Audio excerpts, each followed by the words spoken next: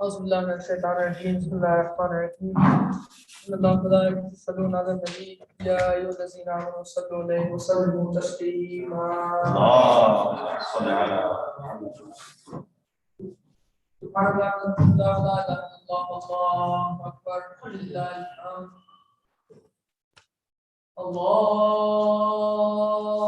الله أكبر الله أكبر الله أكبر الله أكبر أشهد أن لا إله إلا الله أشهد أن لا إله إلا الله أشهد أن محمدا رسول الله أشهد أن محمدا رسول الله أشهد أن أمير المؤمنين وإمام المتقين عليا ولي الله أشهد أن أمير المؤمنين وإمام المتقين عليا حجة الله حي على الصلاة حي على الصلاة حي على الفلاح حي على الفلاح حي على خير العمل حي على خير العمل الله أكبر الله أكبر لا إله إلا الله لا إله إلا الله بسم الله الرحمن الرحيم محمد صلى الله عليه وسلم يا أرحم الراحمين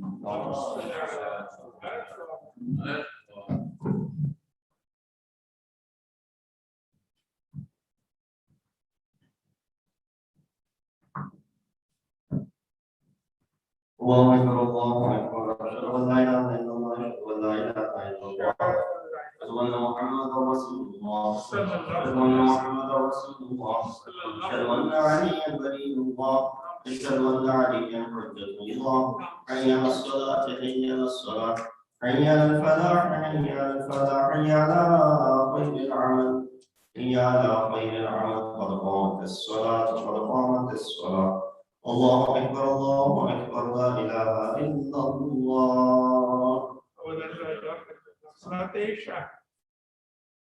الله أكبر بسم الله الرحمن الرحيم الحمد لله رب العالمين الرحمن الرحيم مالك يوم الدين إياك نعبد وإياك نستعين اهدنا الصراط المستقيم صراط الذين أنعمت عليهم غير المغضوب عليهم ولا الضالين بسم الله الرحمن الرحيم إنا أعطيناك الكوثر فصل لربك وانحر إن شانئك هو الأبتر الله أكبر سبحان الله سبحان الله سبحان الله سبحان ربي العظيم وبحمده سمع الله لمن حمده الله أكبر سبحان الله سبحان الله سبحان الله سبحان ربي الأعلى وبحمده الله أكبر أستغفر الله ربي وأتوب إليه الله سبحان الله سبحان الله سبحان الله سبحان ربي الأعلى وبحمده الله أكبر بحول الله وقوته يقوم ويقعد بسم الله الرحمن الرحيم الحمد لله رب العالمين الرحمن الرحيم مالك يوم الدين إياك نعبد وإياك نستعين اهدنا الصراط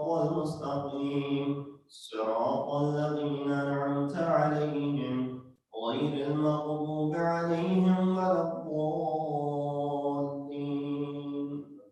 بسم الله الرحمن الرحيم.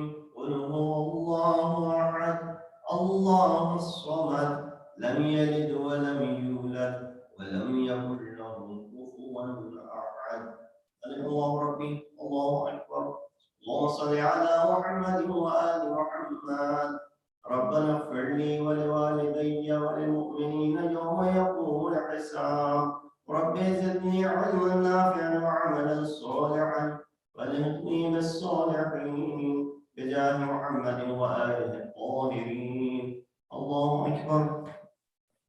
سبحان الله سبحان الله سبحان الله سبحان ربي العظيم وبحمده.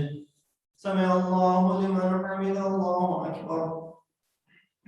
سبحان الله سبحان الله سبحان الله سبحان ربي الأعلى وبحمده. الله أكبر. أستغفر الله ربي وأتوب إليه. الله سبحان الله سبحان الله سبحان الله سبحان ربي الأعلى وبحمده. الله أكبر. الحمد لله.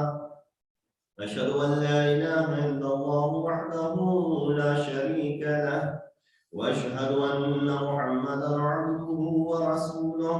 اللهم صل على محمد وآل محمد بحول الله وقوته يقوم وأقعد.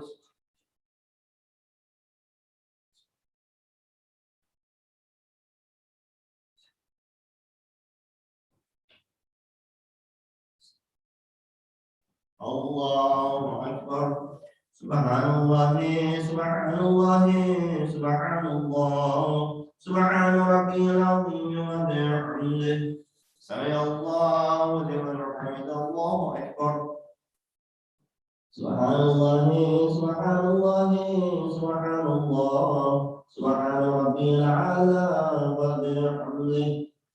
الله أكبر. أستغفر الله ربي وأتوب إليه. الله سبحان الله سبحان الله سبحان الله سبحان ربي الأعلى وبحمده. الله أكبر. بحول الله وقوته يقوم وأقعد.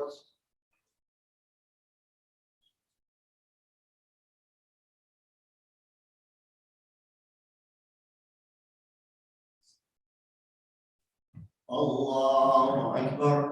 سبحان الله سبحان الله سبحان الله سبحان ربي العظيم وبحمده. سمع الله لمن حمده. الله أكبر. سبحان الله سبحان الله سبحان الله سبحان ربي الأعلى وبحمده. الله أكبر. أستغفر الله ربي وأتوب إليه. الله أكبر. سبحان الله سبحان الله سبحان الله سبحان ربي الأعلى وبحمده. يا لطيف ارحم عبدك الضعيف. الله أكبر. الحمد لله. أشهد أن لا إله إلا الله وحده لا شريك له وأشهد أن محمدا عبده ورسوله. اللهم صل على محمد وآل محمد. السلام عليك أيها النبي ورحمة الله وبركاته. السلام علينا وعلى عباد الله الصالحين. السلام عليكم ورحمة الله وبركاته. الله أكبر. الله أكبر. الله أكبر. إن الله وملائكته يصلون على النبي يا أيها الذين آمنوا صلوا عليه وسلموا تسليما. اللهم صل على محمد. اللهم صل على محمد. اللهم صل على محمد. تسليما.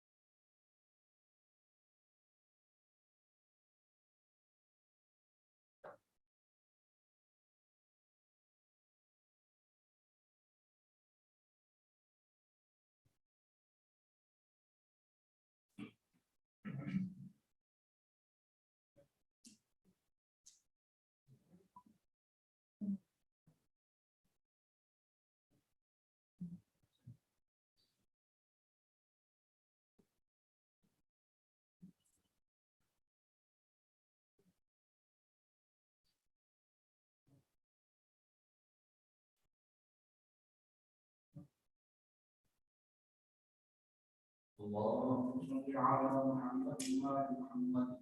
بسم الله الرحمن الرحيم.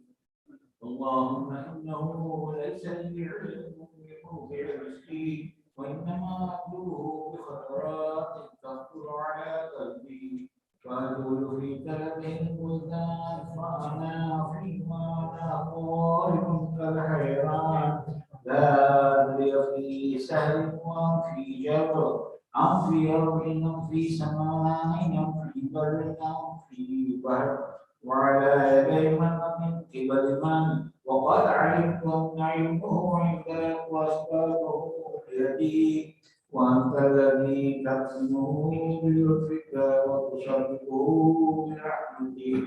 اللهم فصل على محمد وآله، واجعل يا ربي رزقك لي واسعا ونطلبه سهلا وماخذه قريبا، ولا تعني بطلب ما لم تقدر لي فيه رزقا، فإنك غني عن عذابي وأنا فقير إلى رحمتك. وصل على محمد وآله وصل على عبدك بفضلك، إنك ذو فضل عظيم.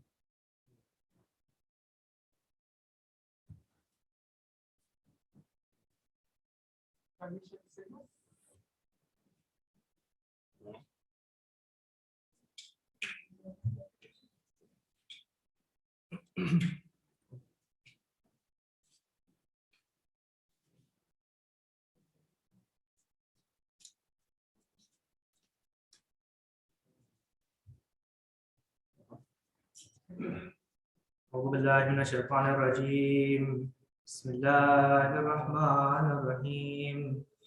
ياسين والقرآن الحكيم إنك لمن المرسلين على صراط مستقيم تنزيل العزيز الرحيم لتنذر قوما ما أنذر آباؤهم فهم غافلون لقد حق القول على أكثرهم فهم لا يؤمنون إنا جعلنا في أعناقهم أغلالا فهي إلى الأذقان فهم مقمحون وجعلنا من بين أيديهم سدا ومن خلفهم سدا فأغشيناهم فهم لا يبصرون وسواء عليهم أأنذرتهم أم لم تنذرهم لا يؤمنون إنما تنذر من اتبع الذكر وخشي الرحمن بالغيب فبشره بمغفرة وأجر كريم إنا نحن نحيي الموتى ونكتب ما قدموا وآثارهم وكل شيء أحصيناه في إمام مبين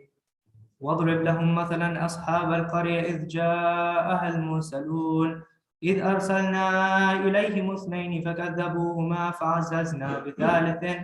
فعززنا بثالث فقالوا إنا إليكم مرسلون قالوا ما أنتم إلا بشر مثلنا وما أنزل الرحمن من شيء إن أنتم إلا تكذبون قالوا ربنا يعلم إنا إليكم لمرسلون وما علينا إلا البلاغ المبين.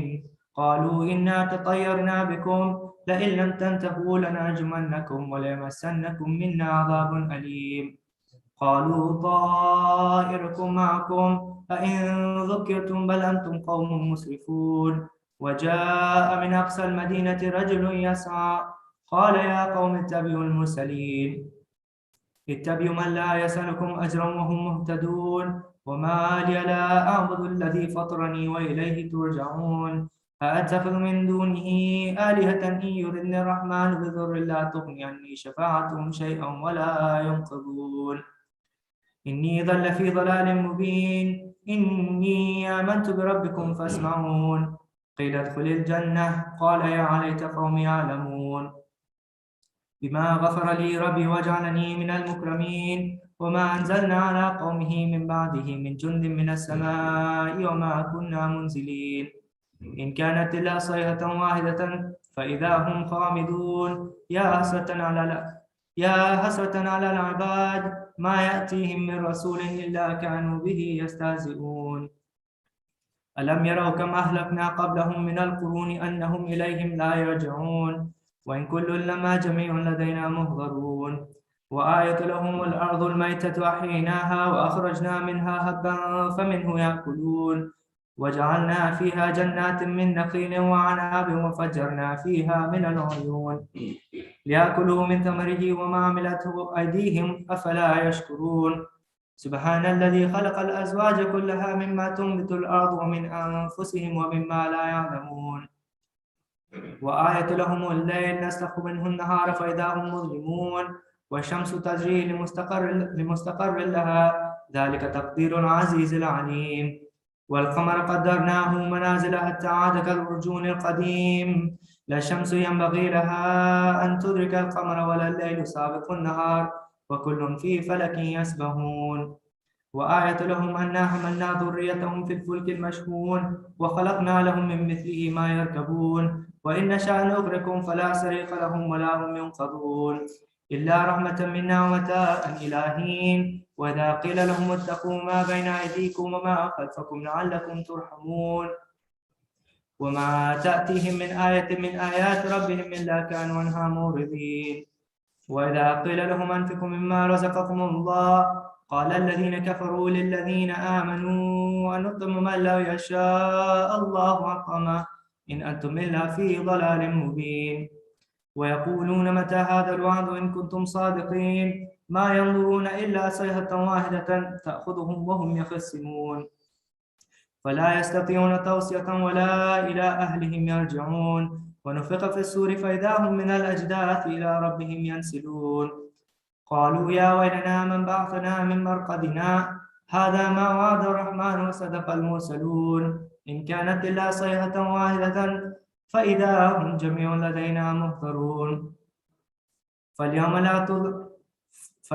لا تظلم نفس شيئا ولا تجزون إلا ما كنتم تعملون. إن أصحاب الجنة اليوم في شغل فاكهون.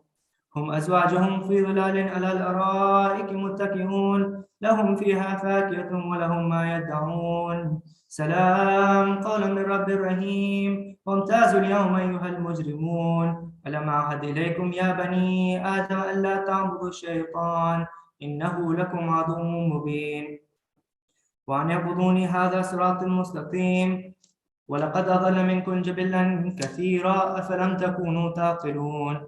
هذه جهنم التي كنتم توعدون اصلوها اليوم بما كنتم تكفرون. اليوم نختم على أفواههم وتكلمنا أيديهم وتشهد أرجلهم بما كانوا يكسبون. ولو نشاء لطمسنا على أعينهم فاستبقوا الصراط فأنى يبصرون. ولو نشاء لمسخنا على مكانتهم فما استطاعوا مضيا ولا يرجعون.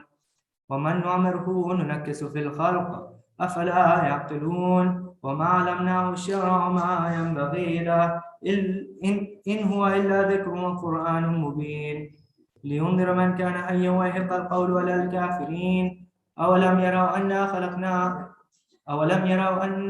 خلقنا لهم مما عملت أيدينا أنعاما فهم لها مالكون.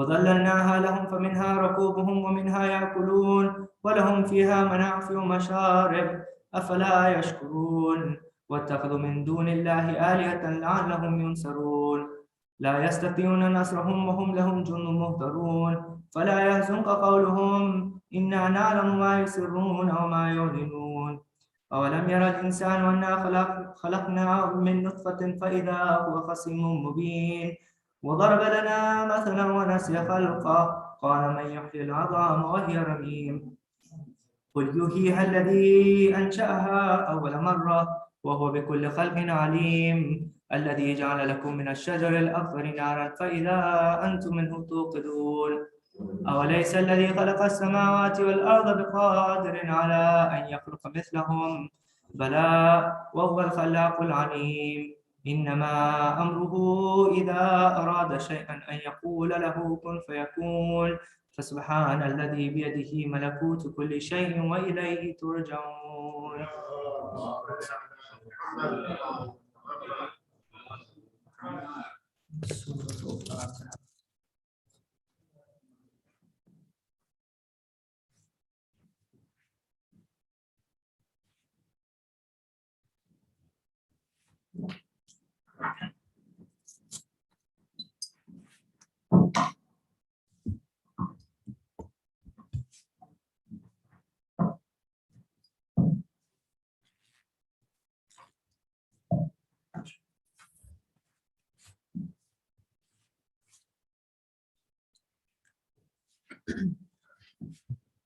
اللهم صل على محمد وآل محمد. بسم الله الرحمن الرحيم. عن جابر بن عبد الله الأنصاري عن فاطمة الزهراء عليه السلام بنت رسول الله صلى الله عليه وآله قال سمعت فاطمة أنها قالت دخل علي أبي رسول الله في بعض الأيام فقال السلام عليك يا فاطمة فقلت عليك السلام قال إني أجد في بدني ضعفا فقلت له أعوذك بالله يا أبتا من الضعف فقال يا فاطمة ائتيني بالكساء اليماني فغطيني به فأتيته بالكساء اليماني فغطيته به وصرت أنظر إليه وإذا وجهه يتلألأ كأنه البدر في ليلة تمامه وكماله فما كانت إلا ساعة وإذا بولد الحسن قد أقبل وقال السلام عليك يا أمه فقلت وعليك السلام يا قرة عيني وثمرة فؤادي فقال لي يا أمه إني أشم إنك رائحة طيبة كأنها راية جدي رسول الله فقلت نعم إن جدك تحت الكساء فأقبل الحسن نحو الكساء وقال السلام عليك يا جدة يا رسول الله أتأذن لي أن أدخل معك تحت الكساء فقال وعليك السلام يا ولدي ويا صاحب حوضي قد أذنت لك فدخل معه تحت الكساء فما كانت إلا ساعة وإذا بولد الحسين قد أقبل وقال السلام عليك يا أمه فقلت وعليك السلام يا ولدي ويا قرة عيني وثمرة فؤادي فقال لي يا أمه إني أشم إنك راهية طيبة كأنها راية جدي رسول الله صلى الله عليه وآله وقلت نعم إن جدك وأخاك تحت الكساء فدنا الحسين نحو الكساء وقال السلام عليك يا جدة السلام عليك يا من اختار الله أتأذن لي أن أكون معكما تحت الكساء فقال وعليك السلام يا ولدي ويا شافع أمتي قد أذنت لك فدخلا معهما تحت الكساء فأقبل عند ذلك أبو الحسن علي بن أبي طالب وقال السلام عليك يا بنت رسول الله فقلت وعليك السلام يا أبا الحسن ويا أمير المؤمنين فقال يا فاطمة إني أشم إنك راية طيبة كأنها راية أخي وابن أمي رسول الله فقلت نعم ها هو مع ولديك تحت الكساء فأقبل علي نحو الكساء وقال السلام عليك يا رسول الله أتأذن لي أن أكون معكم تحت الكساء قال له وعليك السلام يا أخي ويا وصي وخليفتي وصاحب لوائي قد أذنت لك فدخل علي تحت الكساء ثم أتيت نحو الكساء وقلت السلام عليك يا أبتا يا رسول الله، أتأذن لي أن أكون معكم تحت الكساء؟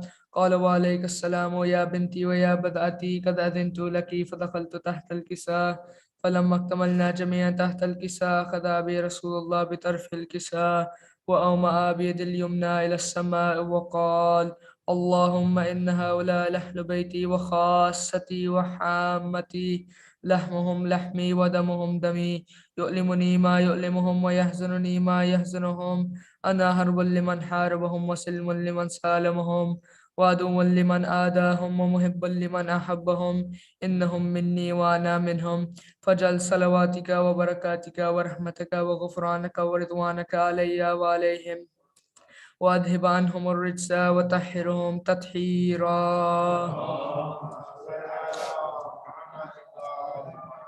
فقال الله عز وجل: يا ملائكتي ويا سكان السماوات، إني ما خلقت السماء مبنية ولا أرضا مدحيا ولا قمرا منيرا ولا شمسا مضيئا ولا فلكا يدور ولا بحرا يجري ولا فلكا يسري إلا في محبة هؤلاء الخمسة الذين هم تحت الكساء.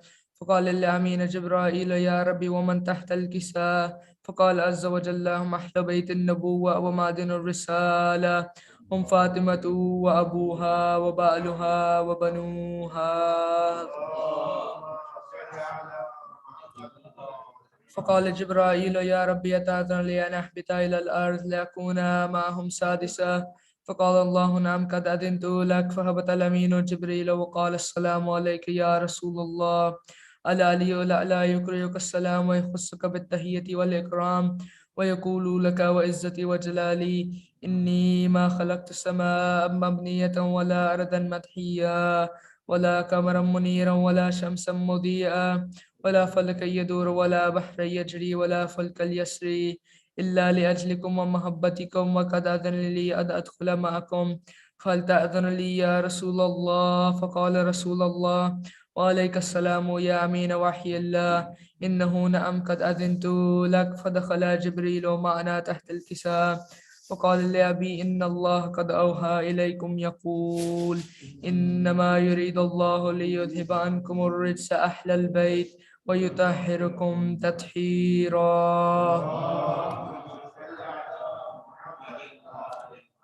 فقال علي لأبي: يا رسول الله أخبرني ما لجلوسنا هذا تحت الكساء من الفضل عند الله. فقال النبي: والذي بعثني بالحق نبيا واصطفاني بالرسالة نجيا، ما ذكر خبرنا هذا في محفل من محافل أهل الأرض وفيه جمع من شيتنا ومحبينا إلا ونزلت عليهم الرحمة وهفت بهم الملائكة واستغفرت لهم إلى أن يتفرقوا. فقال علي: إذا والله فزنا وفاز شيتنا ورب الكعبة. فقال النبي ثانيا: يا علي والذي بعثني بالحق نبيا واصطفاني بالرسالة نجيا، ما ذكر خبرنا هذا في محفل من محافل أهل الأرض وفيه جمع من شيتنا ومحبينا وفيهم محموم إلا وفرج الله حما، ولا مغموم إلا وكشف الله غما، ولا طالب حاجة إلا وقضى الله حاجته. فقال علي: إذا والله فزنا وسعدنا وكذلك شيتنا فاذوا وسعدوا في الدنيا والآخرة ورب الكعبة.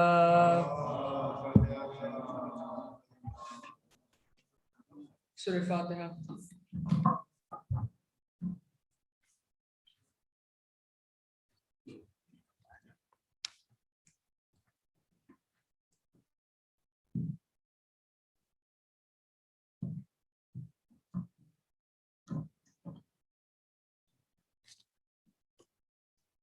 اللهم صل على محمد وآل محمد. بسم الله الرحمن الرحيم.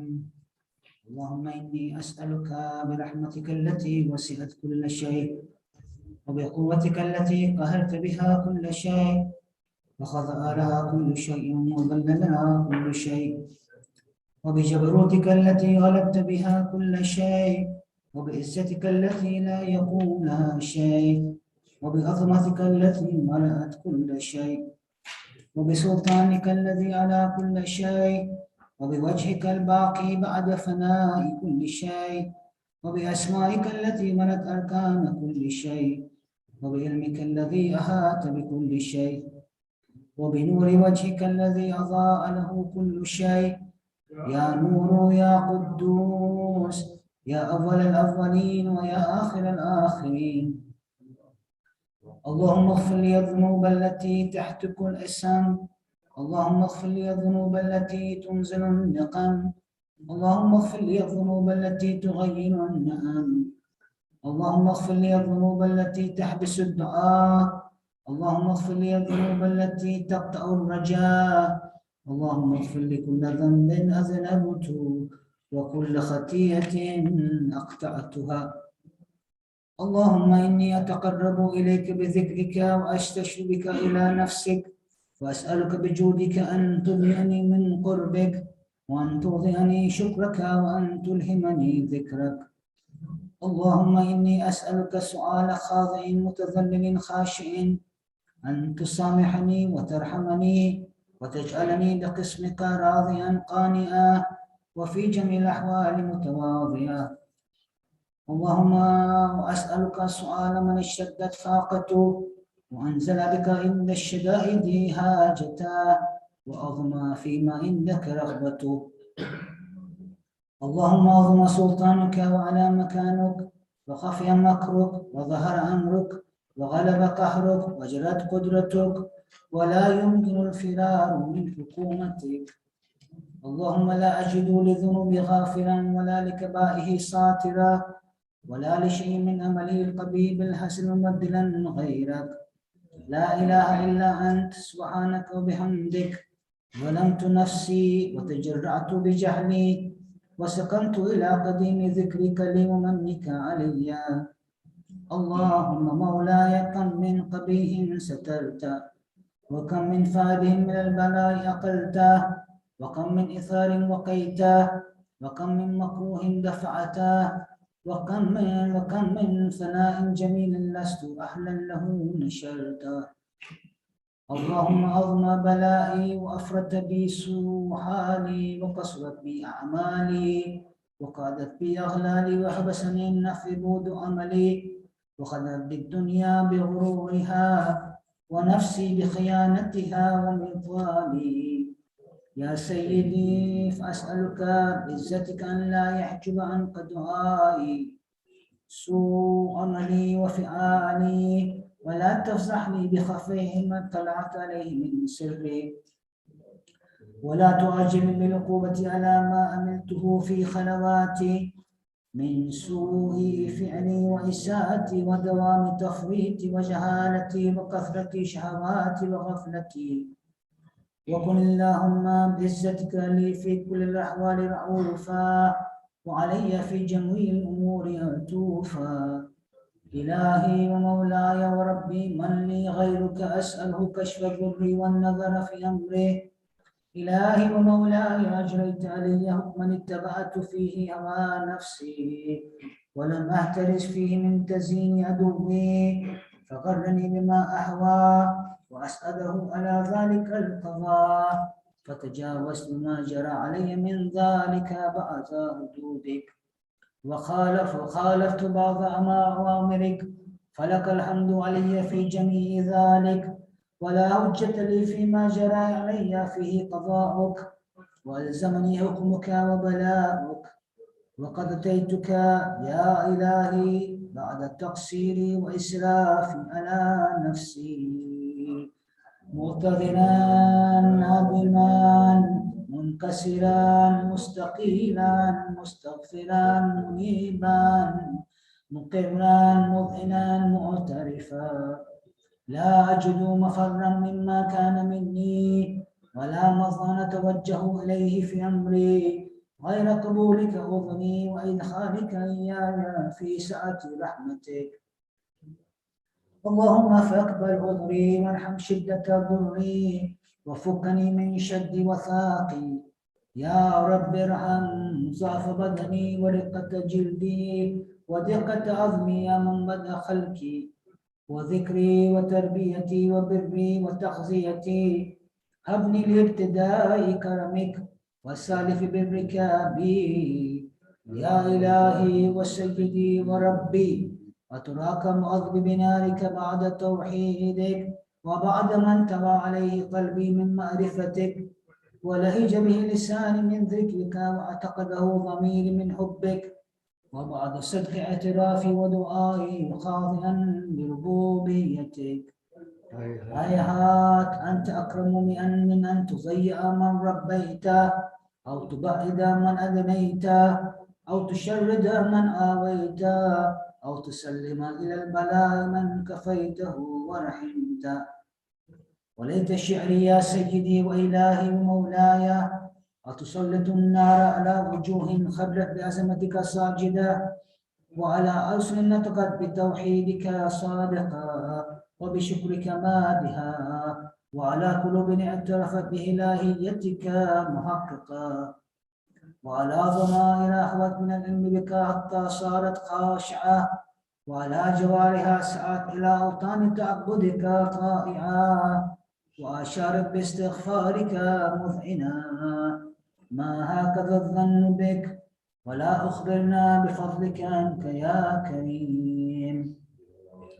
يا ربي وأنت تعلم ضعفي عن قليل من بلاء الدنيا وعقوباتها وما يجري فيها من المكاره على أهلها على أن ذلك بلاء مكروه قليل مقصو يسير بقاؤه قصير مدته فكيف احتمال لبلاء الآخرة وجليل وقوع المكاره فيها وهو بلاء تطول مدته ويدوم مقامه ولا يخفف عن نحله لأنه لا يكون إلا عن غضبك وانتقامك وسخطك وهذا ما لا تقوم له السماوات والأرض. يا سيدي فكيف لي وأنا عبدك الضعيف الضليل الحقير المسكين المستكين. يا إلهي وربي وسيدي ومولاي لأي الأمور إليك أشكو ولما منا أزج وأبكي لألم العذاب وشدته أم لطول البلاء ومدته فلا إن سيرتني في العقوبات مع أعدائك وجمعت بيني وبين أهل بلائك وفرقت بيني وبين أحبائك وأوليائك فهبني يا إلهي وسيدي ومولاي وربي صبرت على عذابك فكيف أصبر على فراقك وهبني صبرت على حر نارك فكيف أصبر عن النظر إلى كرامتك أم كيف أسكن في النار ورجائي عفوك. وبعزتك يا سيدي ومولاي أقسم صادقا لئن تركتني ناطقا لأزجن إليك بين أهلها زجيجا آمنين ولأصرخن إليك صراخ المستصرخين ولأبكين عليك بكاء الفاقدين ولو نادينك أين كنت يا ولي المؤمنين. يا غاية آمال العارفين يا غياث المستغيثين يا حبيب قلوب الصادقين ويا إله العالمين أفتراك سبحانك يا إله وبحمدك تسمع فيها صوت عبد مسلم سجن فيها بمخالفته وذاك طعم عذابها بمعصيته وحبس بين أطباقها بجرمه وشريرته وهو يزج إليك زجيجا مؤمن لرحمتك ويناديك بلسان أهل توحيدك ويتوسل إليك بربوبيتك. يا مولاي فكيف يبقى في العذاب وهو يرجو ما سلف من حلمك أم كيف تؤلم النار ويعمل فضلك ورحمتك أم كيف يحركه لهيبها وأنت تسمع صوتا وترى مكانا أم كيف يشتمل عليه زفيرها وأنت تعلم ضعفا أم كيف يتقلقل بين أطباقها وأنت تعلم صدقه أم كيف تسجله زبانيتها وهو يناديك يا رباه أم كيف يرجو فضلك في عتقه منها فتتركه فيها. هيهات ما ذلك الظن بك ولا المعروف من فضلك ولا مشبه لما آملت به الموحدين من برك وإحسانك، فباليقين أقتر لولا ما حكمت به من تعظيم جاهديك وقضيت به من إخلاد مؤانديك، فجعلت النار كلها بردا وسلاما، وما كان لأحد فيها مقرا ولا مقاما، لكنك تقدست أسماؤك أقسمت أن تملاها من الكافرين من الجنة والناس أجمعين، وأن تخلد فيها المعاندين، وأن تجلى ثناءك كنت مبتدئا وتتولت بالإنعام متكرما، أفمن كان مؤمنا كمن كان فاسقا لا يستوون. إلهي وسيدي، فأسألك بالقدرة التي قدرتها وبالقضية التي هتمتها وحكمتها وغلبت من عليه أجريتها، أن تهب لي في هذه الليلة وفي هذه الساعة كل جرم أجرمته وكل ذنب أذنبته وكل قبيح أسررته وكل جهل عملته كتمته أو أعلنته أخفيته أو أظهرته وكل سيئة أمرت بإثباتها الكرام الكاتبين الذين وكلتهم بحفظ ما يكون مني وجعلتهم شهودا علي مع جوابه، وكنت أنت الرقيب علي من ورائهم والشاهد لما خفي عنهم، وبرحمتك أخفيته وبفضلك سترته، وأن توفر عبدي من كل خير أنزلته أو إحسان فضلته أو بر نشرته أو رزق بسطته أو ذنب تغفره أو خطأ تستره. يا ربي يا ربي يا إلهي وسيدي ومولاي ومالك رقي، يا من بيده ناسيتي، يا عليما بزري ومسكنتي، يا خبيرا بفقري وفاقتي، يا ربي يا ربي يا ربي يا ربي يا رب يا ربي يا ربي، أسألك بحقك وقدسك وعظم صفاتك وأسمائك أن تجعل أوقاتي في الليل والنهار بذكرك مأمورا وبخدمتك موصولا وأعمالي عندك مقبولا، حتى تكون أعمالي وأورادي كلها بردا واحدا وعالي في خدمتك سرمدا.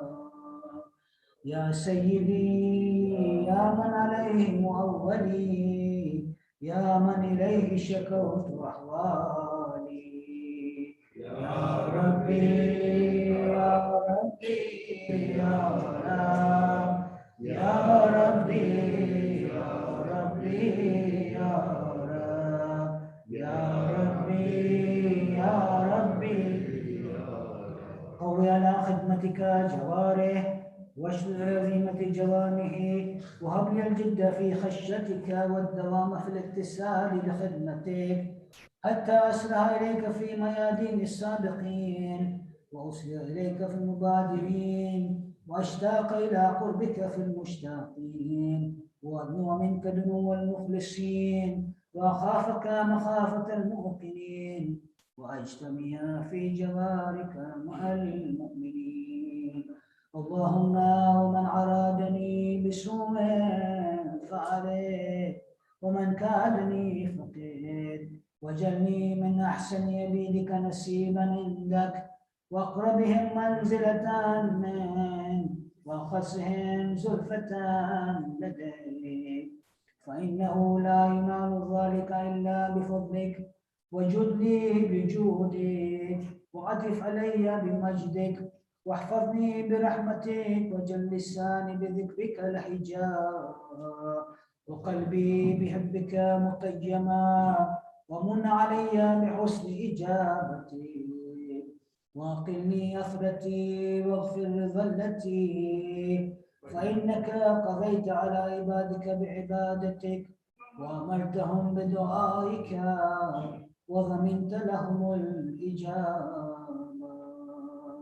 فإليك يا ربي نسبت وجهي وإليك يا ربي مددت يدي فبعزتك استجب لدعائي وبلغني منايا ولا تقطع من فضلك رجائي واكفني شر الجن والإنس من أعدائي يا سريع الرضا اغفر لمن لا يملك إلا الدعاء فإنك فعال لما تشاء يا من اسمه دواء وذكره شفاء وطاعته غناء ارحم من رأس ماله الرجاء وسلاؤه البكاء يا سابق النعم يا دافع النقام يا نور المستوحشين في الظلام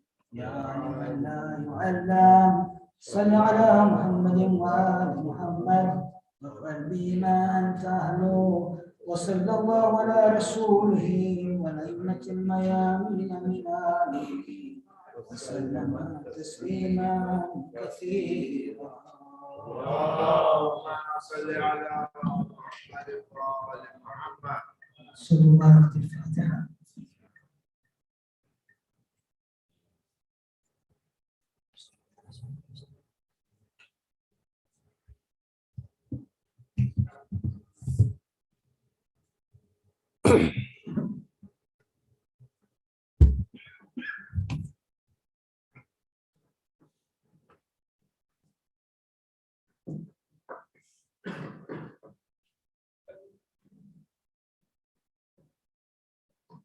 Assalamu alaikum.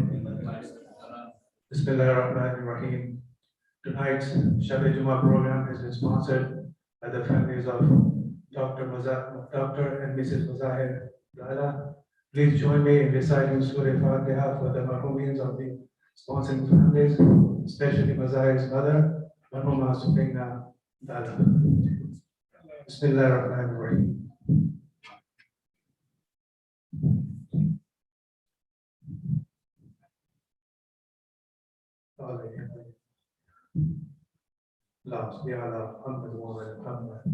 Tomorrow being Friday, we'll have Jummah Salat at noon. So you're all requested to please join in. And again, Jummah Salat is at 12 noon. Also, on Friday morning, the early hours of Friday morning, there's going to be a partial lunar eclipse. An email was sent out earlier today giving the details of the eclipse and the method of doing namaz-e-ayat. Namaz-e-ayat is wajib for when there are calamities like solar eclipse, lunar eclipse, or earthquakes. So the information is all in the email. And again, I believe it starts at 1 o'clock in the morning. So please look at the email and follow the procedure for doing namaz. Before I invite Maulana to recite tonight's Majlis, please join me in reciting this dua shifa for the sick and for the needy. Bismillahirrahmanirrahim. Amman yujibul mudtarra iza da'ahu wa yakshifu as-su'. Amman yujibul mudtarra iza da'ahu wa yakshifu as-su'. Amman yujibul mudtarra iza da'ahu wa yakshifu as-su'. Amman yujibul mudtarra iza da'ahu wa yakshifu as-su'. Amman yujibul mudtarra iza da'ahu wa yakshifu as-su'. Allahumma salli ala Muhammad wa ali Muhammad. Respectfully, may I request Maulana to address tonight's gathering with a loud salawat.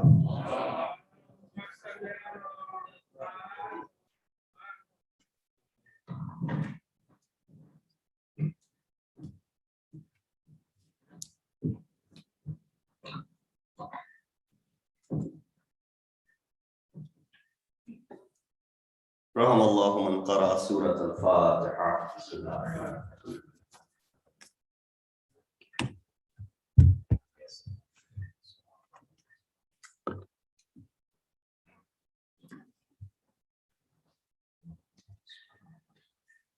Please recite now Surah Fatiha for Marhuma Sukaina Ta'ala.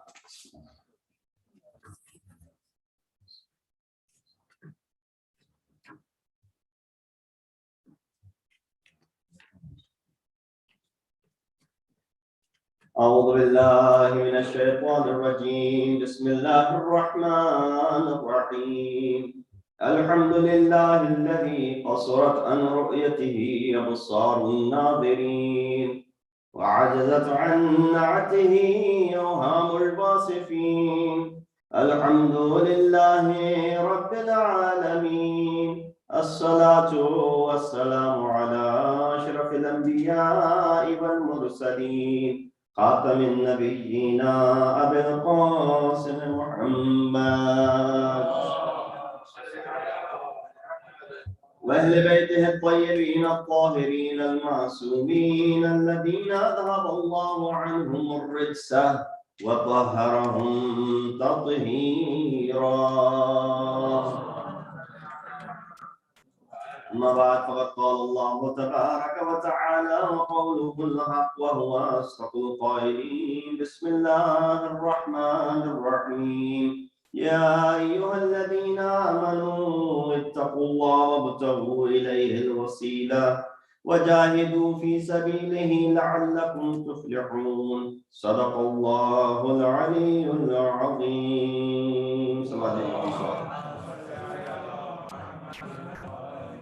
Assalamu alaikum wa rahmatullahi wa barakatuhu. As you know, tonight we are gathered to commemorate this Eisal-e-Thawab Majlis, and for that reason I recited this ayat number 25 from Surah Ma'idah.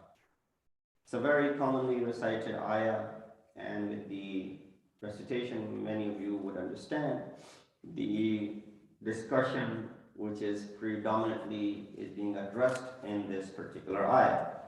That Allah subhanahu wa ta'ala begins by addressing that, all those who believe, fear Allah, وَابْتَغُوا إِلَيْهِ الْوَسِيلَةِ, and seek wasila to reach Him. وَجَاهِدُوا فِي سَبِيلِهِ, and struggle and strive in the way of Allah subhanahu wa ta'ala, لَعَلَّكُمْ تُفْلِحُونَ, so that you may find success. Now, many topics could be addressed under this one ayat, short ayat of Quran.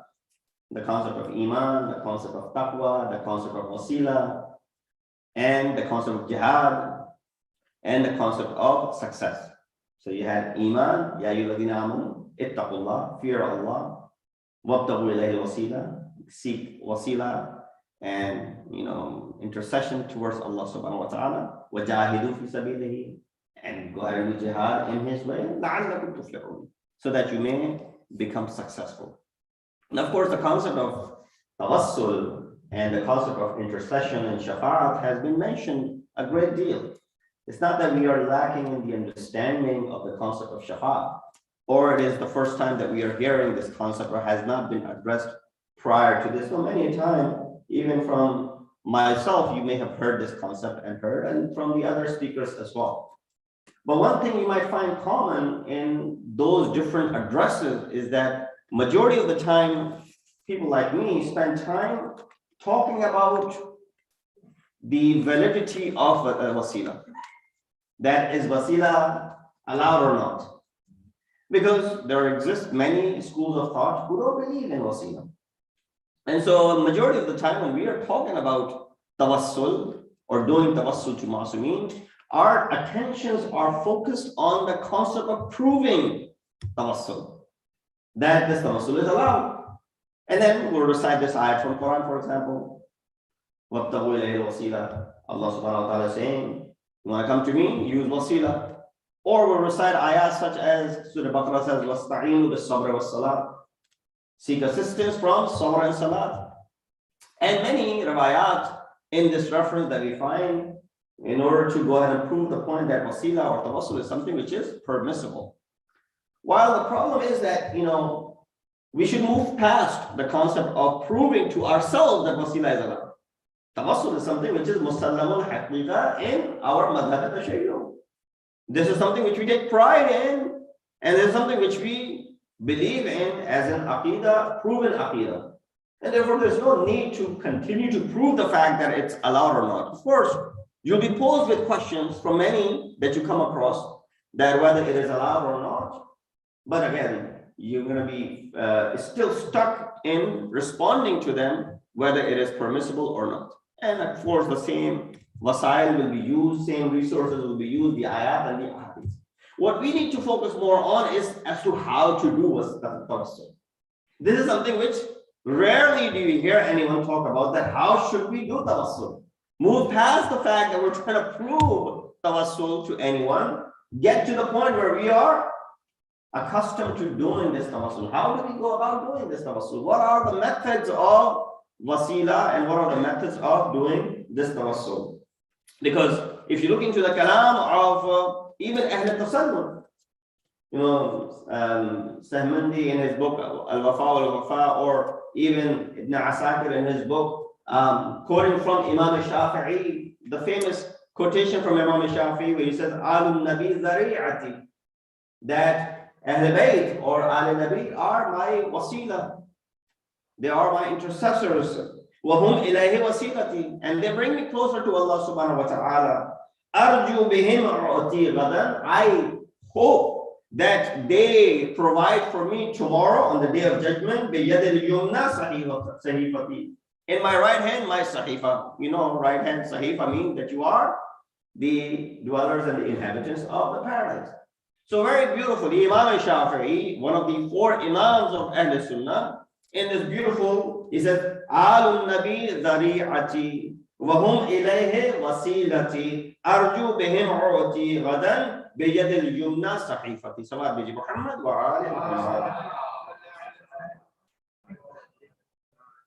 But here tonight, in very brief time that I have, I'll try to point out how should we go about doing this wasila. Of course, keeping in mind, wasila, when we do this, it is not that we are seeking directly from these individuals. We're not asking directly from Rasulullah. We're not asking directly from Aimai-e-Athhar. But through them, we are getting to Allah subhanahu wa ta'ala. That has to be made absolutely clear.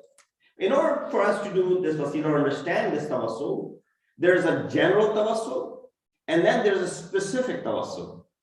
General is that could be done to many things and many individuals. Wasta'inu bis-sabr was-salat. Allah is telling you to do the wasila, use this sabr and salat to be as a wasila for you. And then we have Aimai-e-Athhar, whom we use as wasila for ourselves. There are four elements to tawassul. Number one is mutawassil, the person who's doing this tawassul, the one who's sahib-e-haja, the one who's needing, who has this hajat and he wants this hajat to be taken care of. Sahib-e-hajat is the one who's mutawassil. So you and I, for example, are what? Mutawassilin. We are sahib-e-hajat. We are seeking the fulfillment of our hajat. So that's the first element, mutawassilin. Number two is mutawassil bih, or that wasila itself, that thing or that person whom we are using to get close to Allah subhanahu wa ta'ala. That's number two. Number three is the time of tawassul, because times differ. Different times of tawassul have been mentioned in the kalam of Masumin. For example, Quran was revealed on the night of Qadr. Therefore, it is mentioned in riwayat that tawassal bil Quran fi laylatil Qadr. Do tawassul to Quran on the night of Qadr. Why Quran was revealed on that night? Not on that night when you are trying to connect to Allah subhanahu wa ta'ala. Do tawassul to this Quran which is revealed on that night. This is the best of the tawassul on the night of Qadr. And Quran, Rasulullah mentions regarding Quran, that Quran is, Amirul Mu'mineen in his Nahjul Balagh also has mentioned that Quran is shafi'un mushaffi'. The best of the shafi' is Quran. So don't undermine the shafa'at of this Quran. Yes, but of course you have to be what? Manus with this Quran. You have to be someone who has unsiyat with this Quran, who has some sort of closeness with this Quran. And number four, the tool of tawassul. The alatul tawassul. What is the tool that we're going to be using? So we have four elements. We have mutawassil, you and I. We have that which we are doing tawassul through. Then we have the time of tawassul and we have the tool of performing this tawassul. Sallu ala Muhammad wa ali Muhammad. You say, well, how is the mutawassil bihi, the one whom we're doing tawassul to, and the tool different? Couldn't they be the same exact thing? No. It is possible that mutawassil bihi is imam. The tool that you're using is salah. The tool that you're using is dua. The tool that you're using is ziyarah. The tool could be something other than the imam whom you're doing this tawassul to. So inshallah, as we move forward, we'll understand the relationship between the two. This is called the quickest way of reaching Allah subhanahu wa ta'ala. Asra'ul, kayfiyah, that how do we get close to Allah subhanahu wa ta'ala? This is one of the means. And I've said this before, that why people say, why can't we just go directly to Allah? You can. Nobody's stopping you. But when Allah wanted to send his message, did he send it directly to you? Or did he use, not that he needs, he used wasila to get to us. He sent 124,000 prophets to get the message to us. And then he continued that method through Aimai. So when he is sending his message through them, why are we skipping them to get directly to Allah subhanahu wa ta'ala? So here we look at the quickest tawassul, asra'u kayfiyah. There is takhassus to each imam as a particular, specific tawassul. Every imam can be a general tawassul to. We can do tawassul to any imam. But then riwayat mentioned that each imam has takhassus, expertise in certain things, that you should only ask such an imam, this imam for this thing. And this is mentioned, this is the riwayat are there. For example, if you want to do, if you want to ask for afiyat, that means well-being from illness, it is mentioned in riwayat that you should do tawassul to our seventh imam, Imam Musa al-Kadhim alayhi salatu wasalam. He's Bab al-Hawaij. You want afiyat al-badan wa afiyat al-ruh. Who should you refer to? Refer to seventh imam. It is mentioned in riwayat. Does that mean you can't refer to second imam? No, of course you can. But this takhassus, this specificness is with seventh imam, as the riwayat mentioned. Similar to how the attributes of imams are specific to each imam. For example, Imam Musa is known as Al-Kadhim, right? Imam Ali known as Ar-Rida. So these attributes that you find associated with imams, they are found in all the imams. Because Awwaluna Muhammad, Awsatuna Muhammad, Akhiruna Muhammad, Kulluna Muhammad, when all of them are Muhammad, then you find these attributes are similar in all of them. But even then we associate certain attributes to certain imams. For example, sixth imam is known as Jafar Sadiq. Does that mean others are not Sadiq? Of course they are. But this is specific to our sixth imam, and there's a reason mentioned behind it. Or Zain al-Abidin, they were all zinat of Ibadat Guzar. I made my point. So for example, if you want to do dua for well-being, then do tawassul to Imam al-Kadhim. If you want to do, for example, ask for the hajat of well-being while you're traveling, that your safar or your travel, your asfar are safe and sound, riwayat mentioned that you should do tawassul to Imam al-Rida. Imam al-Rida is the one you should be doing tawassul to if you want wellness and safety and security while you are traveling, for example. If you want to seek rizq and you want to do tawassul to an imam, it is mentioned they should do tawassul to Imam Muhammad Taqi al-Jawad alayhi. The rizq aspect of tawassul is associated with our ninth imam. So these are some of the examples. And again, as I said, does that mean you can't do tawassul to Imam Ali if you're doing asking for rizq? Of course you can. But asra'ul kayfiyah, the quickest of the kayfiyat, is returnable only through the imam which is specific for that need. Muhammad wa ali Muhammad. So with that, two things need to be understood. Number one, you should know your haja and have the ma'rifat of which imam it is mutakhassis, which imam I should be referring to for that particular haja. So if it's afiyat, now you know, 7th Imam. If it's risk, now you know, it's 9th Imam. If it's safar, travel, now you know it is the 8th Imam. That ma'rifat is gained. The second thing that you need to know is the ma'rifah of the zaman as well. The time is also important. Everything has to do with this timing as well. When you ask in a specific time, there's more reward for it. For example, Shab-e-Jumah, from the time of Maghrib until the Maghrib of Friday evening, right? That's the time of dua to be ijabat of dua. The dua is accepted this time. Or for example, the time of Fajr. Or for example, different times that are mentioned when it's raining. You make dua, for example, in the Qira'at al-Quran, when Quran is being recited. These are different occasions which are mentioned to be Sari'ul Ijaba. When there's more of the iltifat and tawajjuh towards Allah subhanahu wa ta'ala, and the ijabat is also the quickest at that moment. You were reciting Dua Kumail, you say, Ya Sari'al Rida. The one whose radayat is sought quickest. And so some of these times are to be utilized in order to seek the radayat at the quickest and the best time possible, quickest time possible. So, ma'rifat of zaman. Here I want to mention, what does it mean, the ma'rifat of zaman, the time? How do we need to know the ma'rifat of what time is associated with which imam? There's a narration, and I'll quickly go through this narration by the person by the name As-Saqr ibn Abi Dulaf. He came to one of the imams and he said, Ya Sayyidi, Hadithun yurwa anil Nabi. There's a hadith which has been narrated by Rasulullah. I do not know the meaning of this hadith, the ma'ana of that hadith. And so what was the hadith Imam said? He said, Rasulullah, it is associated with Rasulullah that Rasulullah said, La tu'adul ayyam fa tu'adiyakum.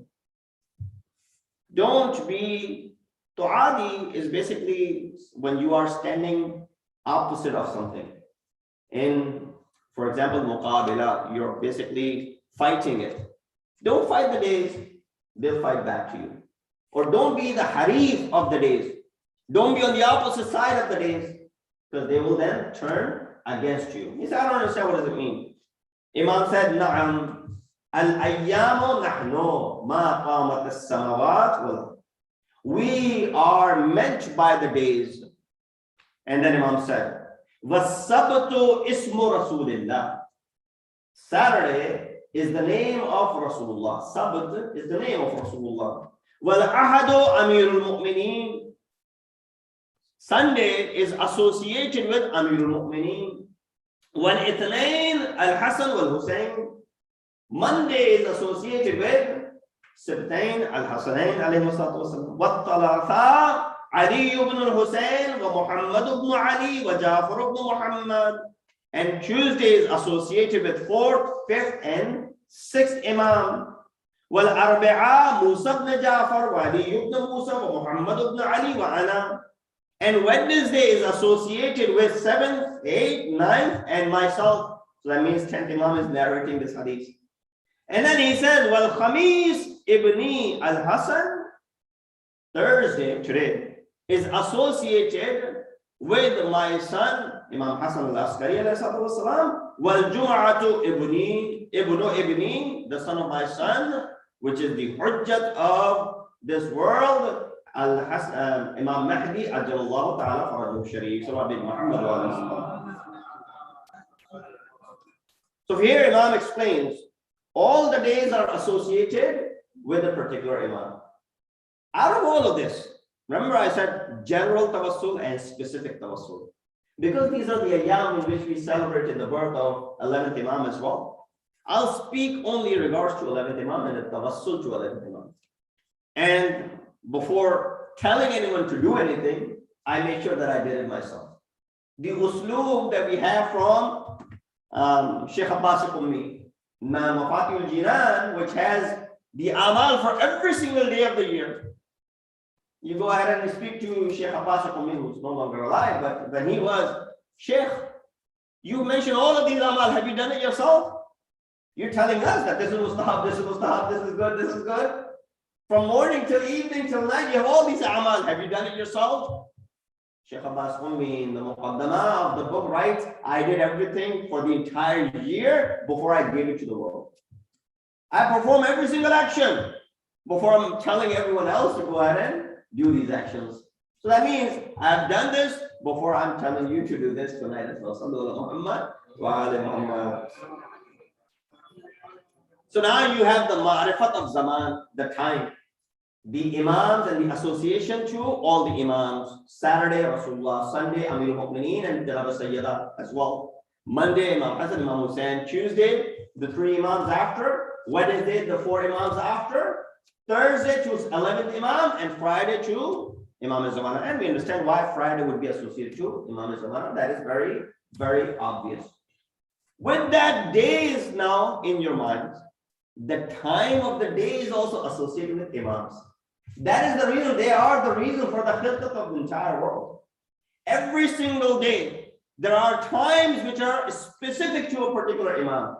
So you have the ma'rifat of your hajat, you have the ma'rifat of the day which is associated with which imam, and the time which is associated with which imam. You go ahead and do tawassul according to that. So tonight, I will only be able to get to one time and one imam, and inshallah I'll say alaykum assalam towards the end. So what is the time? Number 1, ma bayna tulu al-fajr ila tulu al-shams. That time which is between tulu al-fajr, subh sadiq, until tulu al-shams, until sunrise. That is the waqt al-fajr, the namaz al-subh that you offer at that time. That's the time. Who is it associated? هذه الساعة لأمير المؤمنين وفاطمة الزهراء سلام الله عليها. That period is specific to Amir al-Mu'mineen and Jalal Sayyida. Then it says, من طلوع الشمس إلى ذهاب الحمراء. From the time sun rises until the redness disappears, هي ساعة Imam Hassan. Do tawassul to Imam Hassan at that time after sun rises. من ذهاب الحمراء إلى ارتفاع النهار. The time of duha. What duha, right? When sun is up.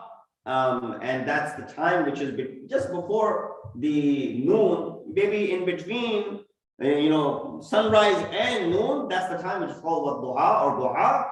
That is the time associated with Sayyid al-Shuhada, Imam Hussain. Do tawassul to Imam Hussain at that time. Is it number 4? Min irtifa in-nahar ila zawal.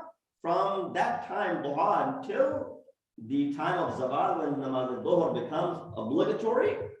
Go ahead and do tawassul to your 4th imam. I'll skip the others. And then it is mentioned that the time when the sun is about to set, that maybe 15-20 minutes, when you're actually able to look at the sun and you don't turn away. Throughout the day, you can't look at the sun. You can't stare at the sun, or you'll go blind, or you'll damage your eyes if you stare at the sun. But at that time, before sun sets, you're able to look at the sun, right?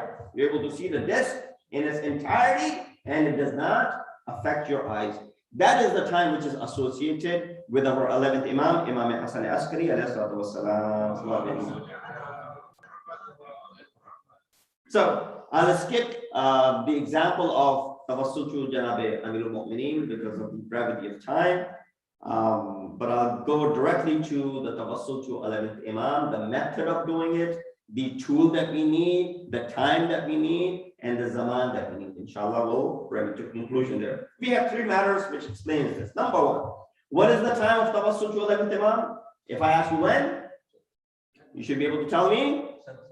Thursday at just before sunset, maybe half hour before sunset. When you're able to look at the sun and it won't bother you, you're able to stare at the disk of it. So you see that some of the days were shared by other imams. For example, Tuesday and Wednesday and Monday was shared by some of the imams. What is it that 11th imam has his own day? Yawm al-Khamis, Thursday, belongs only to 11th imam. Inshallah, at another time, I will address the reason behind why it is exclusive. For Imam al-Zamana, you understand that he has an entire day by himself, Yawm al-Jum'ah. But what is it about our 11th imam? Inshallah, at another time. So you have Thursday, which is exclusive to 11th imam, and the timing, which we mentioned that when sun is setting, that is the time that you should choose. And what is the tool that you should utilize to do the tawassul to 11th Imam? It is mentioned in Riwayat that you should offer 4 rakat namaz in the set of 2 rakat each, which means you have salam in between the 2 namazes, right? Because mustahab namaz, majority of them are 2 rakat. Rarely do you find a 4 rakat mustahab prayer. You should be able to do 2 rakat namaz, and at that time, which has already passed, Thursday, sunset is already happened, but I'm mentioning this to you, so I was able to do this myself. You should offer 2 rakat namaz, 2 rakat namaz, 4 rakat like this, like namaz al-subh. And after you finish the namaz, you should say this dua: Allahumma minka salam, wa laka salam, wa ilayka ya'udu salam, Rabbana hayyana minka bis salam, Allahumma inna hadhihi 4 raka'at hadiyatun minni li waliyyika al-Hasan ibn Ali فبلغه إياها وعاتني أفضل أملي ورجائي وفيك وفي رسولك في وفيه. Oh Allah subhanahu wa ta'ala, these are the 4 rak'at that I have offered, and return to me on the performance of these 4 rak'at the best of the rewards and the best of the raja from you, O Allah, from Rasul, and from this particular Imam. And then at the end, make whatever hajat that you have, whatever dua specific that you have, giving tawassul to 11th Imam, Imam Hasan-e-Askari alayhi salatu wasalam. Now you know the day, the time, and the Imam. What should we ask? This is also mentioned in the Riwayat, that specific to 11th Imam. I already told you what should you ask from 7th Imam, 8th Imam, 9th Imam. What should we ask from our 11th Imam? It is ajib. The Riwayat mentioned that you should ask fi amrin yaqdil madaji'. Ask Imam about amrul akhirah, the affairs of the hereafter. Ask Imam about the affairs of the hereafter. What does that mean? Sheikh Rawandi narrates that, he asked for dua of akhirah, doing tawassul to 4th Imam. He saw in his dream Rasulullah saying, no, do tawassul to 11th Imam. That's one of the proofs of why tawassul towards akhirat is associated with 11th Imam. Also in Bihar, Allama Majlis mentions this dua. As'aluka Allahumma bihaqqi waliyika, wallah, I ask you bihaqqi waliyika, al-Hasan ibn Ali, al-Hadi, al-Amin, al-Kareem, al-Nasi, al-Thiqat al-Alim, illa a'antani bihi ala amri akhirati. Help me in the affairs of the hereafter. Help me. I'm doing tawassul to 11th Imam at this time, at this moment, asking for the goodness and the best of the affairs in the hereafter. Why? Because a lot of time, many of the things that we perform in this world are directly related to that hereafter. Someone will say, well, I slack when it comes to ibadah. I'm not satisfied with my salah. In fact, I can't even properly pray wajibat, let alone nafila prayers or salatul layl. I can't read Quran. Why? Because I don't have this, unsiyat with this Quran. And whenever I recite, I don't really find it appealing to me, so I'm unable to recite this Quran. My connection is weak with it. I don't have good actions to begin with. You start throwing yourself down because of this rujub that you have, or hasad, for example, or jealousy, or other things that creep into. All of these have to do with the akhirah. At the end of the day, the dua that we usually make is what? We make a dua of akhirat, khair bil akhirah. Allah, make our end to be aqibatul khair.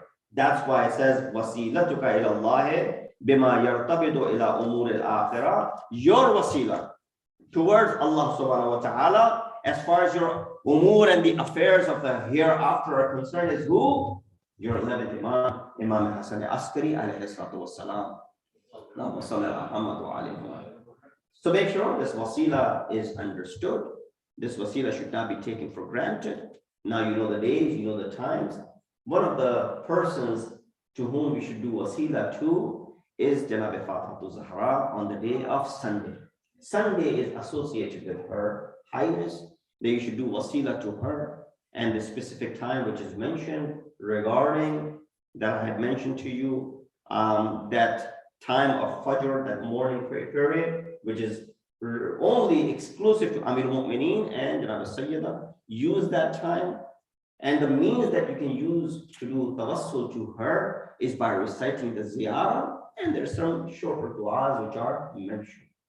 We do tawassul to Janab al-Sayyidah for our good, for our betterment, for our well-being, but this lady herself, she suffered a great deal. You find that how she was only 18 years old at the time of her shahada. And this 18-year-old daughter is not just an ordinary daughter, she's the daughter of Rasulullah. The one who's Khatamun Nabiyyin, the one who's Sayyidul Mursaleen, the one for whom the entire universe is created. His daughter is treated like this, that after his wafat, when he leaves this world, not too many days pass by, the people start attacking the house of Janab Sayyidah, that the door is brought down, she's pressed between the door and the wall, and she suffers for the next couple of months in that condition until her shahada takes place. Amirul Mu'mineen gives the ghusl and buries her, but before burying Janab Sayyidah, Amir al-Mu'mineen makes sure that no one that she didn't want to attend was present.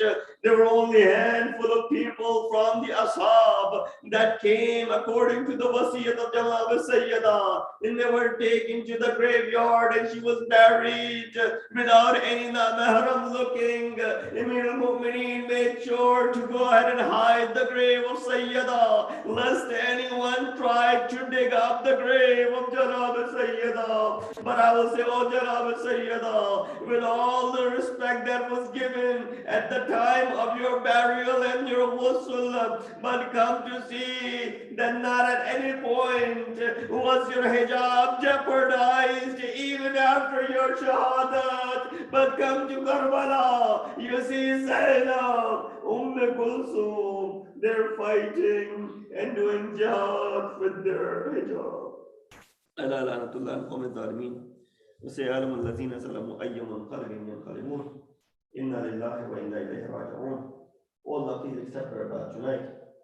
Allah gives the tawfiq and ability to be able to do tawassul to Ma'asumeen alayhi salatu wasalam. Allah, hasten the reappearance of our Imam, make it to us the helpers and the soldiers of Kamal wa Aqadawana, alhamdulillah, Rabbil Alameen. Please have another Surah Fatiha from Mahumma Subhana.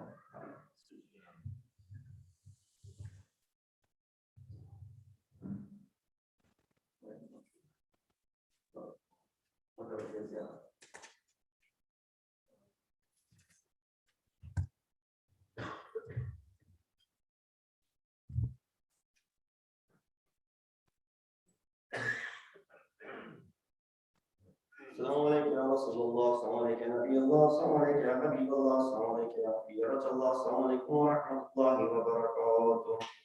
We decide this ziyarah on behalf of ourselves, our family, friends, our parents, qurwatan in Allah. Ziyarah.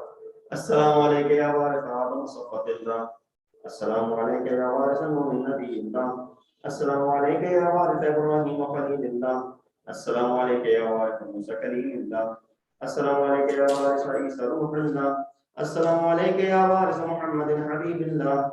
السلام عليك يا وارث أمير المؤمنين ولي الله. السلام عليك يا ابن محمد المصطفى. السلام عليك يا ابن علي المرتضى. السلام عليك يا ابن فاطمة الزهراء. السلام عليك يا ابن خديجة الكبرى. السلام عليك يا خال الله وابن خاله والوتر الموتور. أشهد أنك قد أقمت الصلاة وآتيت الزكاة وأمرت بالمعروف ونهيت عن المنكر وطاعت الله ورسوله حتى أتاك اليقين. فلعن الله أمة قتلتك ولعن الله أمة ظلمتك ولعن الله أمة سمعت بذلك فرضيت به. يا مولاي يا أبا عبد الله، أشهد أنك كنت نورا في الأصلاب الشامخة والأرحام المطهرة، لم تنجسك الجاهلية بإنجاسها ولم تلبسك من مدلهمات ثيابها. وأشهد أنك من دعائم الدين وأركان المؤمنين. وأشهد أنك الإمام البر التقي الرضي الزكي الهادي المهدي. وأشهد أن الأئمة من ولدك كلمة التقوى وعالم الهدى والعروة الوثقى. والحجة على أهل الدنيا، وأشهد الله وملائكته وأنبياءه ورسله أني بكم مؤمن وبيا بكم موقن بشرائع ديني وخواتيم عملي، وقلبي لقلبكم سلم وأمري لأمركم متبع. صلوات الله عليكم وعلى أرواحكم وعلى أجسادكم وعلى أجسامكم وعلى شاهدكم وعلى غائبكم وعلى ظاهركم وعلى باطنكم. زيادة ابن حسين. السلام عليك يا ابن رسول الله، السلام عليك يا ابن نبي الله، السلام عليك يا ابن أمير المؤمنين، السلام عليك يا ابن الحسين الشهيد، السلام عليك أيها الشهيد، السلام عليك أيها المظلوم وابن المظلوم. لعن الله أمة قتلتك، ولعن الله أمة ظلمتك، ولعن الله أمة سمعت بذلك فرضيت به. يا مولاي يا السلام عليكم يا أولياء الله وأحبائه، السلام عليكم يا أصفياء الله وردائه، السلام عليكم يا أنصار دين الله، السلام عليكم يا أنصار رسول الله، السلام عليكم يا أنصار أمير المؤمنين، السلام عليكم يا أنصار فاطمة سيدة نساء العالمين، السلام عليكم يا أنصار أبي محمد الحسن بن علي الولي الناصح، السلام عليكم يا أنصار أبي عبد الله، بأبي أنتم وأمي طبتم وطابت الأرض التي فيها دفنتم وفزتم فوزا عظيما، فيا ليتني كنت معكم فأفوز معكم. زيادة الباس. السلام عليك يا أبا الفضل العباس بن أمير المؤمنين، السلام عليك يا ابن سيد الوصيين، السلام عليك يا ابن أفضل القوم إسلاما وأقدمهم إيمانا وأقومهم بدين الله وأحوتهم على الإسلام. أشهد أن لقد نصحت لله ولرسوله ولأخيك، فنعم الأخ المواسي. فلعن الله أمة قتلتك، ولعن الله أمة ظلمتك، ولعن الله أمة استحلت منك المحارم وانتهكت حرمة الإسلام. فنعم الصابر المجاهد المحامي الناصر والأخ الدافع عن أخيه المجيب إلى طاعة ربه الراغب فيما زهد فيه غيره من الطواب الجزيل والثناء الجميل. وألحقه الله بدرجة آبائك في جنات النعيم. السلام عليك يا غريب الغرباء، السلام عليك يا معين الضعفاء والفقراء، السلام عليك يا شمس الشموس وعنيف النفوس، أيها المدفون بعد التوسل ابن مخرج ورحمة الله وبركاته. السلام عليك يا صاحب الرس والزمان، السلام عليك يا إمام الإنس والجان، السلام عليك يا شريك القرآن. عجل الله تعالى فرجك وسهل الله مخرجك وظهورك وجعلنا من أعوانكم صالح ورحمة الله وبركاته.